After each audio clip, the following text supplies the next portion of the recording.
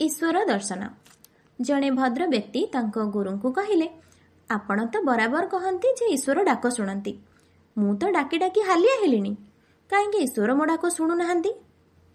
गुरु हसिले और कहले, हौ आज रातिरे मु तुम अभियोग ईश्वर पाखरे पहुंचेबी एवं जहाँ से कहिबे ता काली तुमको कहबी। परदिन सकाळे भद्रलोक गुरुंक ठारे उपस्थित हेले और पचारिले, आज्ञा पचारिथिले? गुरु कहले, हाँ पचारिथिली एवं ईश्वर कहले जे तुमे डाकिला मात्रके से तुम पाखकु आसुचंती, किंतु तुमको पाउनाहांती, तेणु भेट ही पारुनी। भद्र व्यक्ति कहले, कि विस्मयर कथा, मु तो कुआडे जाइनी, घरे थाए बा दुकान रे थाए बा सहर भितर बुलाबुली करुथाए, मोते केमते ईश्वर पाइलेनी?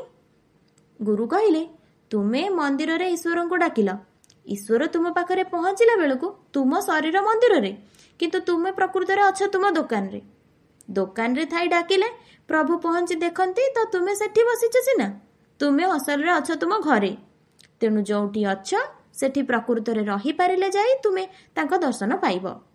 आमे समस्ते सेही भली करिथाउ बोली ईश्वरଙ୍କ दर्शन पाउना।